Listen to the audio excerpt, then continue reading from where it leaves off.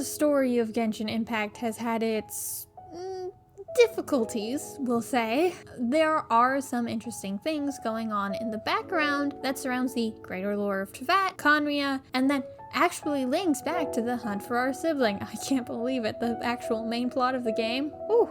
And that lore comes from a book. Something that they very quietly released in 4.5, waiting for anyone who cares to stop by the Fontaine bookstore to pick up. The book series, Perinheri, has 2 books in the set, both of which covers the life of Perinheri, a young boy who appeared in Khaenri'ah, became a powerful knight, and then was set on his way to uncover his destiny and fate. It also has a lot of implications for how the world of Teyvat works, hidden between the lines. So here's how this is going to work. I'm going to do a dramatic reading for anyone who is interested in hearing the finer details, and for anyone who's not, you can just skip to the timestamp below or use the chapter features that YouTube has implemented to just skip to the analysis. Cool? Okay, let's do this. Volume 1.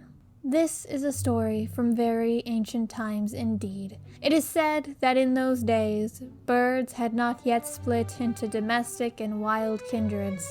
In those days, a crimson moon shone down upon the subterranean realm, and not the dark sun of latter days. Due to the kingdom's unique position, things from outside this world were always leaking into it. The kingdom's weapons would wipe out the calamities slipping in, but what of all the other objects? Such as, say, a child who may have come from some destroyed world. One of the sages spoke thusly to the great ruler.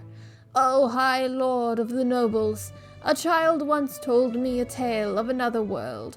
Once upon a time, there were sea people who believed that the gods came from the sea. Each time they discovered a shipwrecked person, they would treat them with the utmost honor, for they believed that the gods would take the form of the shipwrecked to investigate the mortal realms." The ruler replied, "I do not perceive your meaning, so do as you please." Naturally, no oceans in the traditional sense lay within the kingdom's borders. The earliest founders of the kingdom had once seen the majestic silhouettes of the mountains blur under the sun's searing glare, and the rippling reflections of the moonlight falling upon the sea's surface like a scatterling of pearls. But at the time the story took place, only outsiders, and those few who had left the kingdom on official duties and returned, could describe such sights to the ruler. The ocean and the sea were often used as a metaphor for the space projected by the stars. In anticipation of the arrival at their kingdom of gods from beyond the so-called ocean, or rather, the arrival of beings who could transcend the gods, they founded an organization,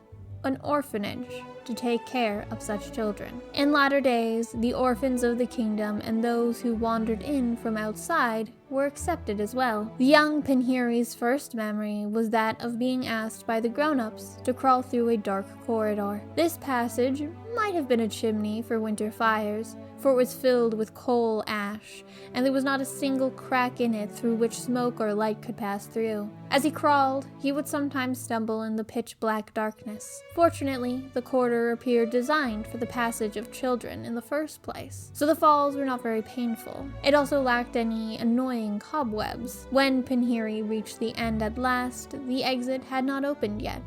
He knocked, only for the grown-ups to coldly ask, "Are you dead?" Well, how was he to reply if he was dead? But the grown-ups did not like this response. They kept asking the same question until at last he shouted, "Yes, I'm dead!" The adults then asked, "Did you see it then?" Perhaps it was the fear brought on by the darkness combined with hunger and exhaustion. But Perinheri did indeed see an illusion. The crimson moon hanging in the high, pitch-dark night sky suddenly turned around, revealing itself to be a titanic, horrified eye.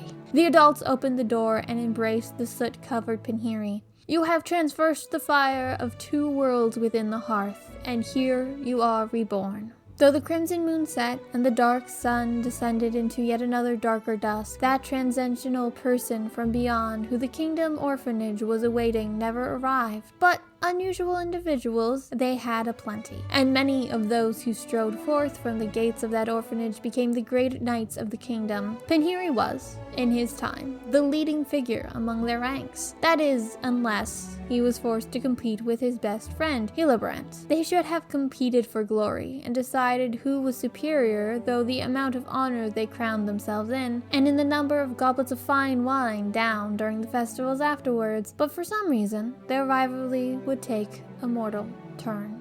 Volume 2. That day, the orphanage welcomed a new member. She was a beautiful young lady from a foreign land and who claimed to be a noble princess. Her nation had been defeated by Deus Orai, and yet the daughter of a priestly line she remained, and would not submit to the new god, so she had drifted, wandering through the gates of their kingdom. She called herself Angelica, meaning one who is a divine emissary. Fair Angelica declared that she would only marry the mightiest knight in all the kingdom. Perinheri cared not a whit, but Hillebrand was smitten with her. Angelica would often take walks near the Sea of Wells, and there she spoke much of the outside world to Hillebrand. Perinheri would come along out of concern for his friend, and because suspicion was born in him sooner than curiosity, he would doubt every word, yet wish that he might see those things one day. Angelica's arrival changed Hillebrand altogether. He would cause trouble, looking for any provocation upon which to stake a duel against the other knights. He would win all those bouts, and turn to Angelica to show off his prowess, yet all she ever gave him was a cool smile. For what great feat was it for a great runner if they raced a tortoise and triumphed? Nord, who walks the dark spirits, Alf, the greatest warrior in the university's magisterium, Albrich, commander of half the knights, and Perinheri, the undefeated. Angelica spoke thus of the mightiest figures in the kingdom as she saw them. Having fallen head over heels in the throes of love, Hillebrand came to what was an all too reasonable conclusion for himself. People might call him a traitor or believe him mad, but even so, he had no wish to hurt Perinheri. As for Perinheri, he believed that his best friend's madness would be cured if only he could kill Angelica. In the midst of the most merciless pursuit, the three left the kingdom's borders. At that very moment, Hillebrand clutched his face, and the words escaping his mouth gradually grew more like the howls of a wild beast. The witch, Angelica, explained thus: Hillebrand is the descendant of those who forsook their god and came to the kingdom. This is why the kingdom's obstinately pure-blood aristocracy persists. This is the price of betraying your own god. As for you, Perinheri, you are one who drifted here. Thus, you bear no such curse. You may not have the nobility to shoulder a world, but you too have your own destiny. And as for me, I betray no one, not for a moment, until my god died. So I too bear this curse not. But you now see who I truly am, yes? The sun rose over the horizon at that moment, and Perinheri's blade slipped from his fingers, exhausted from the night-long battle. Covering his forehead with the back of his hand, he looked upon the sun for the first time. And when he glanced back at Angelica, he saw that she was neither a beautiful woman from Leeway nor a wicked witch. I am freedom, that which is broken free of fate. That is what Hillebrand sought in agony, but that which is now yours for the taking. There was nothing before Perinheri, only vast empty lands. So now let's break that down. The first thing to note comes from the beginning of the first book. It notes that any reference to the sea in Khaenri'ah's text refers to the stars and sky. So when it says that a person has washed ashore, it really means that they've fallen from the sky. A lot like the animations for the wish system. Based on the opening of the game, where we see ourselves and our sibling flying through the night sky as we attempt to leave Teyvat, it's clear that these people who washed ashore are from another world. That means that Khaenri'ah is likely some sort of port that people were able to fall into. While some may have been accidental, like Perinheri is suggested to be, others, like Hillebrand, very well could have been purposeful. They could have been trying to escape their world and their gods and came to Teyvat. So why then, when Nahida and Armanshal looks up that information, are there only 4 descenders listed? After all, we can tell from our own status as being one, and quite frankly by the name, that descenders are people who have come to Teyvat from another world and aren't tied to the heavenly principles. The answer to this would be the weird little ceremony that they got put through. An orphanage was set up to take in the young children who appeared. They'd have them crawl through a dark and soot-covered tunnel and wouldn't let them out until they had said they died. They would also hallucinate the moon, turning into an eye and turning to look at them. Obviously, The entire ceremony has a huge theme of rebirth. They need to die before they can come out of a tight, dark hole and be accepted into the community.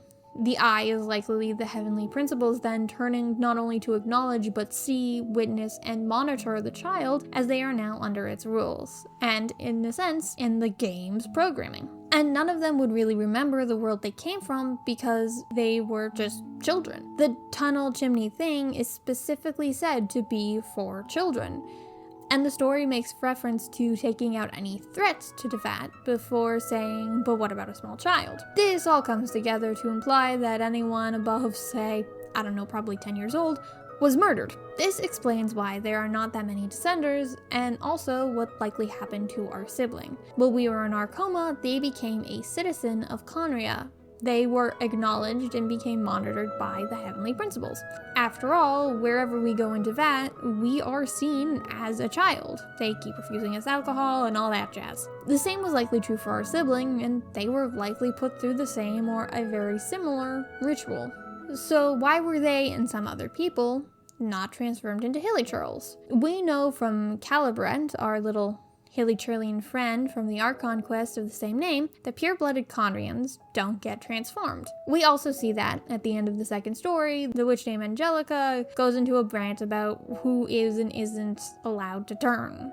She says that Hilibrant was transformed for betraying the god, but Perinheri couldn't have because he drifted from another world, and that she was fine because her gods had died and she'd never betrayed them nor took up the ceremony to be converted, essentially. The best way for me to explain this in terms of codes in video games, then, is to essentially see Khaenri'ah as a mod manager. It integrates the mod into the game, but if there's an update to the base game, it doesn't change the mods themselves. This usually is a problem for the mods and the player who has lost their ability to exit the camp without the game crashing, so they need to restart their Act 3 save file where only Gortash and the Netherbrain was left. But in Teyvat, it inadvertently protects the mods, or the people who showed up. This means that the pure-blooded Khaenri'ahs were likely all people from other worlds, and therefore couldn't be completely edited despite being fit into the code of the game. We can also conclude that this means that the four Descenders all existed in a time when Khaenri'ah wasn't up and running. If they were, then they would have been considered Khaenri'ahn. The identity of the first and last Descenders are given to us. Nahida mentions that the first is likely the heavenly principles themselves, and the last one is us. That leaves us with trying to figure out the identity of 2 and 3. Because of other information we've gotten from Khaenri'ah and Neuvillette, we know that the second who came went to war with the heavenly principles, and that a third descender was turned into the Gnosis after said war. We also know that Seelie, the full person, not the little guides, was able to marry one of the Descenders before a catastrophe happened. I think it's safe to say that this marriage was done with the third Descender, because Seelies react only to people with visions, and those visions would have come from the Gnosis, so it makes sense that they would resonate with the parts of their lover who they lost. This then means that we can set the sort of order as the heavenly principle, who first came and took over from the 7 sovereigns, aka our little dragon friends, and then they broke themselves up into the different shades, possibly the moon siblings and the god of time. The second who came, who was very quickly followed by Seelie's spouse, whose marriage seemed to have caused problems between the heavenly principle and the second who came, and then finally us, the final descender. Seeing as how all the other descenders have caused great wars and political/environmental changes to Teyvat, I think it's safe to say that this is implying that we too are going to cause a giant uproar to the way that the entire system is structured. With that, there's only one final bit of information that we can infer from this book. The fact that Pierrot, the Jester, and Mr. Number 1 of the 7 Fatui Harbingers is not from Teyvat. Based on his eyes and what the Wanderer says about him, we know that he's Khaenri'ahn, but he was not transformed in any way. And while he very well could and probably is a character that hasn't been introduced yet and will later be revealed to be like Dainsleif's brother or something, it's fun to think about who Jester could be.